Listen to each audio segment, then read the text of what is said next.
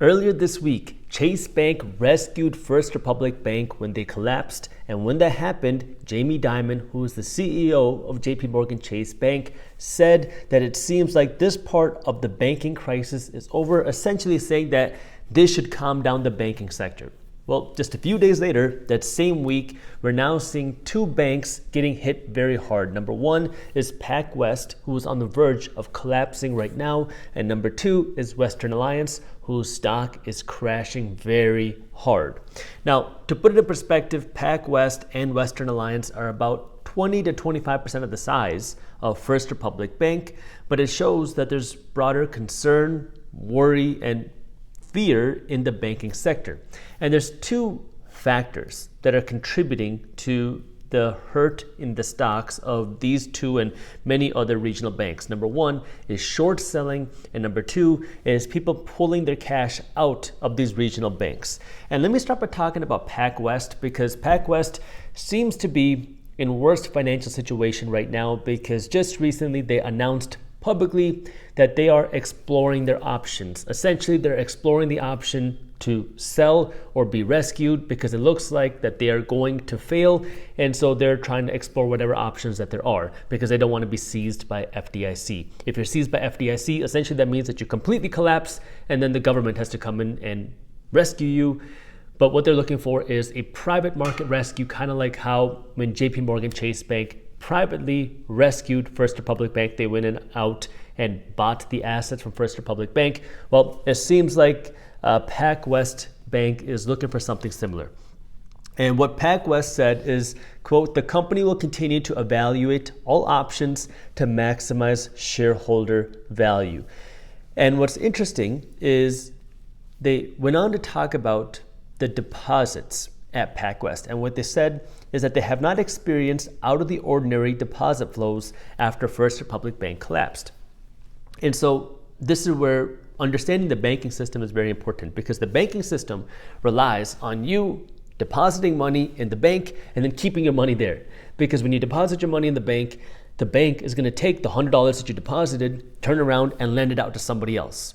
So if you needed your $100 back, you're not actually getting your $100 back. You're getting somebody else's $100, because it's built on the system of trust that everybody's not going to pull their money out.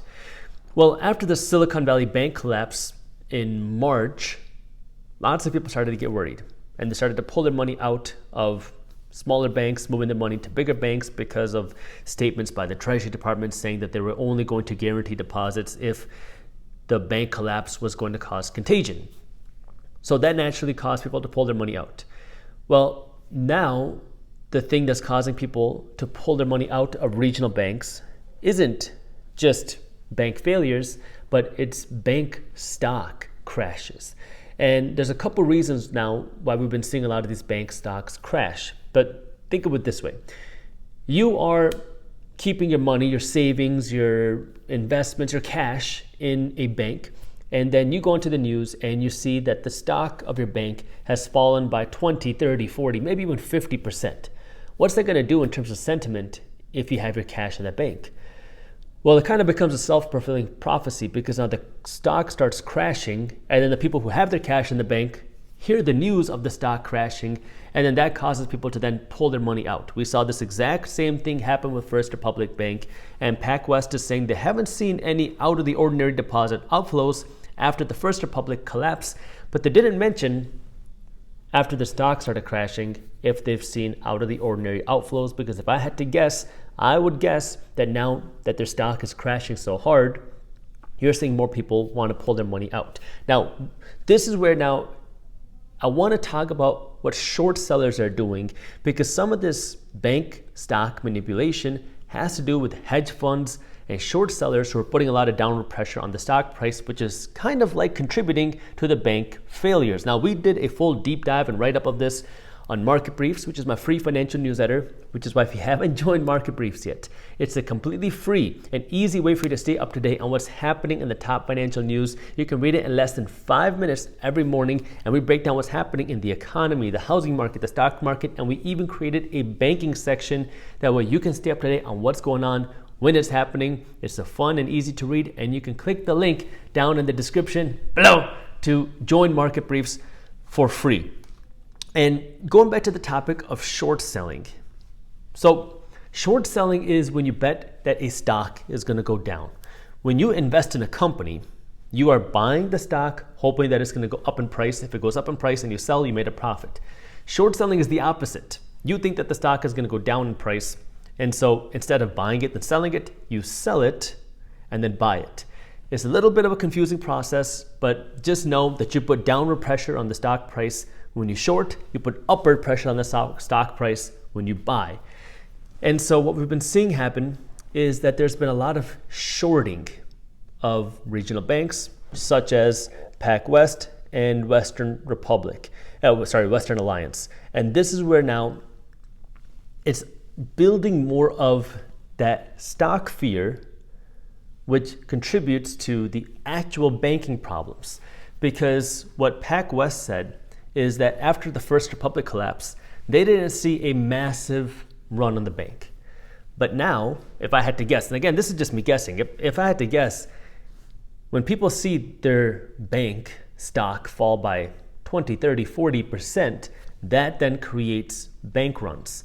What's causing the stock price to fall? Well, in these instances, we have a lot of short sellers putting downward pressure on the stock prices. Because when the First Republic Bank stock crashed, the reason why that stock crashed was they released their earnings, which stated how much cash was pulled out of First Republic Bank. They disclosed that about $100 billion was pulled out of First Republic Bank. That caused people to sell, and that then drove shorts to then sell the stock to push downward pressure on that stock. With something like this, where we have PacWest, where they're saying that the deposit outflows haven't been there, it's a little bit different.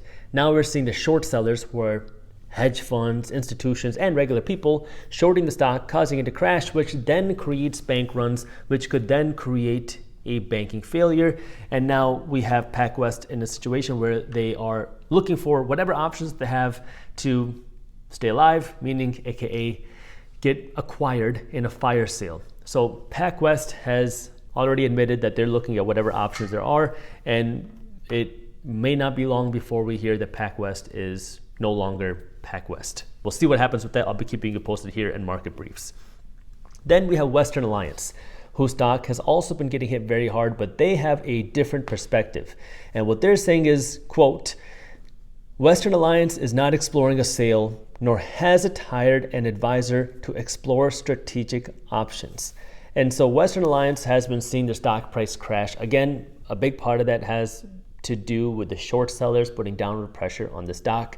But they are not, according to their publicly released documents, they are not exploring a sale. They don't want to be sold. So this could either be that Western Alliance is able to survive through this because they have enough deposits and the stock crash doesn't cause a run on the banks, or option B, there's going to be three options here, or option B is they flip their sentiment and then they start going out and looking for a potential buyer because now the stock crash created a bank run. Or option C is they never consider a potential buyer, people pull their money out, and then they collapse and are surrendered to FDIC. So we'll see what happens with Western Alliance. Hopefully they can make it through, but just you can kind of see the interesting dynamic between Western Alliance and something like PacWest. Now the question that has been a big debate today, the last 24 hours especially, is what can be done to protect regional banks? And is this going to be a domino into the broader economy? And a lot of people, if you turn on CNBC, everyone's saying this is not an indication of health risks in the economy. It's okay, it's contained and all of that. But then you have people, the same people and sometimes different people, talking about why we need to contain this, because if we do see more regional bank failures, that does cause people to worry more, and if people worry more, it creates more of that self-fulfilling prophecy that people don't spend. If people don't spend, the economy slows down. If they pull their money out of banks, the banks get hurt and they collapse.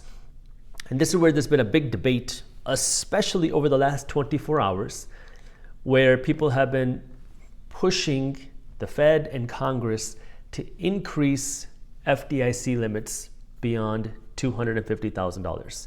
Essentially saying that if people's savings are insured, they're going to be less likely to pull their money out, and that would help protect the regional banks. Now, the one thing I want to talk about this very briefly is FDIC insurance is insurance paid for by the banks. But FDIC insurance doesn't have enough money there to protect all their deposits, because FDIC insurance today protects their deposits up to $250,000. If we saw multiple bank failures surrender to FDIC, the FDIC is going to run out of money very quickly. And at that point, you might be thinking, how are they going to actually protect you or insure you? Well, FDIC is then backed by the full faith and credit of the United States government. So if FDIC runs out of money because we see more bank failures that get surrendered to FDIC, they will then have to go to the government to get money to pay out the deposits. Well, okay, the only problem with that is the government doesn't have a pile of cash sitting around somewhere. I mean, if they did, we wouldn't be running $1 trillion plus annual deficit, and we wouldn't have almost $32 trillion worth of national debt.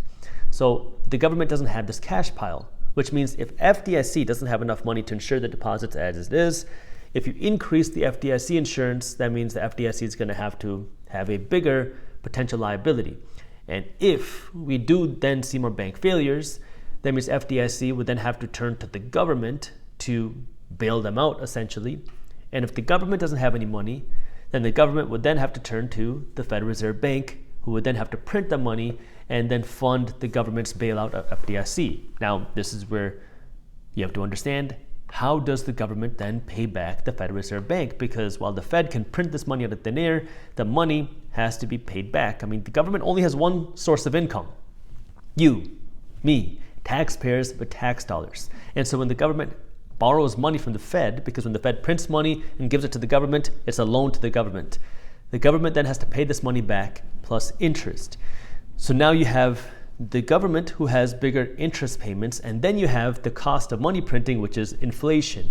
So there is a cost to bank failures. That cost is an inflationary cost. And even if you see a private bank takeover, well, that still has its own costs associated with it as well. And this is where when we saw Silicon Valley Bank collapse and FDIC needed more money because they were insuring deposits up to infinity, the government put a fine on private banks like Chase Bank and Bank of America and PNC to cover the deposits. Now, the claim was that this is not inflationary. And sure, by that definition, it's not inflationary, that it's not coming out of the government's pocket, but there's still a cost to that, because if JP Morgan, Bank of America, and PNC have to pay that fine, they get that money from you and me, customers. So they ultimately have to raise their prices or use more of their money to pay for these fines. And so there's always a cost to when something like this happens. And this is where now we're seeing a lot of debate as to whether the government should expand FDIC. The counter argument is, I think it's only about 2% of all deposits or accounts in America are not insured by FDIC, meaning they have money that's beyond the $250,000 limit, at which point expanding FDIC is not really going to affect them. Because if you are a company like Roku, who was banking at Silicon Valley Bank, and you had $100 million in the bank, whether you're insured up to $250,000 or $500,000, it doesn't really make that big of a difference. And so there's been a lot of debate right now as to what the government should do or if they should get involved, which is going to be an interesting debate, especially as now we're getting closer and closer to an election. But this is where now we have a lot of things happening in the banking sector. You have some people saying it's contained to the banking sector, but just pay attention, because when you see banks fail, I mean, there's risks associated with that. There's consequences associated with that. And this is where, again, you want to be financially prepared. That way you can find the best opportunities.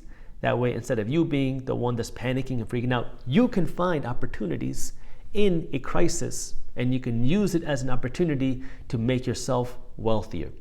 And the reality is, whether you do or you don't, some people will. And this is where that financial education and preparedness is so important. And we'll be keeping you posted here and on Market Briefs.